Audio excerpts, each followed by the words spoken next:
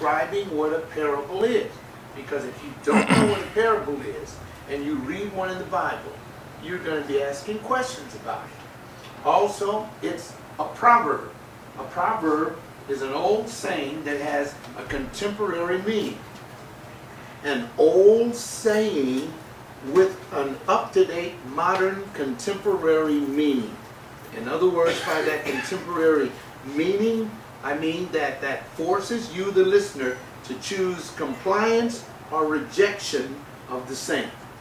See, whenever you hear a proverb, that's why when you go to the book of Proverbs, it gives the positive aspect and the negative aspect of lifestyle, and it forces you to choose which, the positive or the negative. Jesus always spoke like this. He always spoke like this when he spoke to the people. So therefore, when he speaks in the Bible, and that's why when you read the Bible on your own, and you're looking at this from your particular vantage point, you're not concerned about what he's saying to anyone else. You're just concerned about what he's saying to you. So there's a sense in Jesus' parables, a demanding factor. Jesus is demanding something of the reader. He's demanding something of the listener. Not like church today, you can take it or leave it. Not like, oh, I don't want to upset the pastor, because if I upset the pastor, then it's not going to go right with God. Hey, forget the pastor. Jesus is the one speaking. The pastor is merely the one that's trying to get your mind to open up, to try to see whether you need to comply to this or to live in compliance, and he's doing this in a demanding way. Let me talk a little bit more. This is all the introduction, and we're still here before we get into point number one. I want to talk a little bit more about this demanding factor. See, Jesus knew that his listeners had a difficult time understanding spiritual things. Just like we have a difficult time in America today understanding spiritual things, because, as I've been saying for months, we got too much. And when you have too much, you don't think this is important. And that's why we're going to take a close look at this parable and see how he tells us how we should view our biblical salvation. If we're going to look at the value of biblical salvation, a lot of people, preachers ask, how many of you know Jesus? And all the hands go up. And then the hands go down, and the preachers say, well, hey, man, we know Jesus, let's go to the beach. That's not enough. What you want to do is, he wants you to understand the spiritual truth. Okay? Also, this demanding factor, like many today, Christ understood that people always look for escapism. So he gives a parable, and so that you cannot escape it. The parable holds you in that groove. It holds you right in that groove. I was thinking this morning as I was making my toast and coffee, and I said, Lord, I am going to love. Sometimes I love too deeply, too intimately, but I'm going to love. I am never going to stop loving, because you put this love in my heart. And often the devil is always trying to tell me, don't love people, forgive people, protect yourself, forget them, you had it rough, they got to have it rough, it's a dog-eat-dog world, blah, blah, blah, blah. That is not Christianity. God is going to work in each of your lives in an individual way.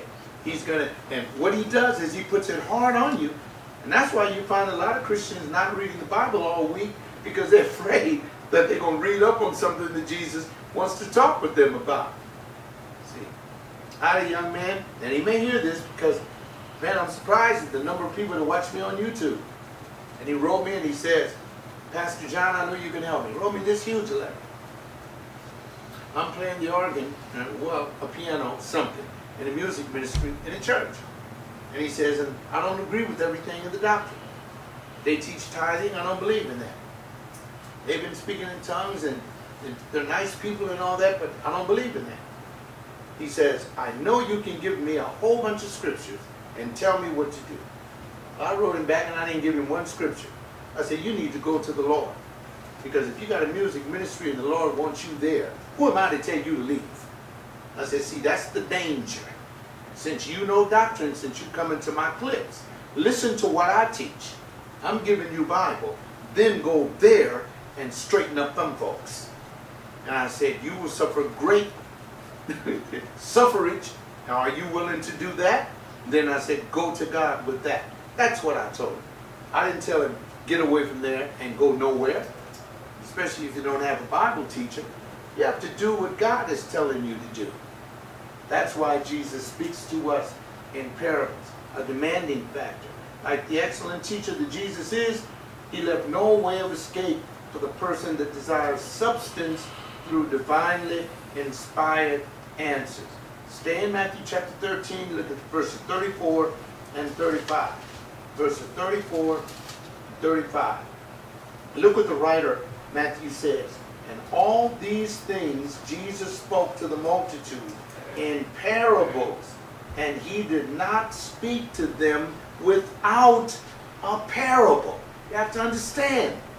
He knew he couldn't talk to these people straight up. Just like the preacher today can't talk to the Christians straight up. They wouldn't understand. Most people in the church don't even know what love is. They've never been loved, don't know how to love, don't even know what love is all about. They're following something that, I don't know. You know, I asked somebody yesterday, I said, do you know what love is, a grown man? The man said, I have no idea what that word means. I said, you're a grown man. He said, I have no idea what that word means. So Jesus is talking to these people because he knew they had no idea. Look at verse 34, 35. That is, so that what was spoken through the prophet might be fulfilled, saying, I will open my mouth in parables. That's Psalm 78:2. And I will utter things hidden since the foundation of the world. And so here Matthew is writing about this from the Jewish perspective. And then, like I said, look at Matthew 13:13. Jesus said, therefore I speak to them in parables, because while seeing, they don't see.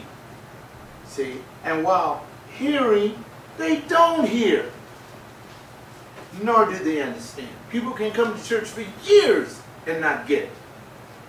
And that's why, whenever you read the New Testament and you get into a parable, it would be best for you to get a book from a conservative theologue that can explain what that parable is all about.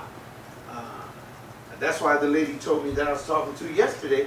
She said, we miss you as a pastor, because whenever you preach to us, you open up the thing to us. And she said, it was like we were walking in the sand right alongside of the disciples, feeling the tension. I just thought to myself, what did you do with it? What did you do with it? Because see, you can hear it and not even understand what you're supposed to do with it. I'm fulfilling my duty because I'm even still going by there when I get a chance. I know where these people live, and I just go by the house and drive up. One man came in the house when I was there. He came in and he looked at me, and I said, tell me who I am. The man didn't even know who I was. I just stood there and folded my arms. And I said, well, I can't believe this. Then he called me by my name and said, you look like you're 25 years old. I won't tell you how he was looking. All bent over. I mean, life will beat you up. But when you're doing God's business, God's favor, he will enlighten you, and so that your life becomes a parable. And that's what I saw when we were talking. I said, wait a minute. Look at the result. Look at the results of a life that I live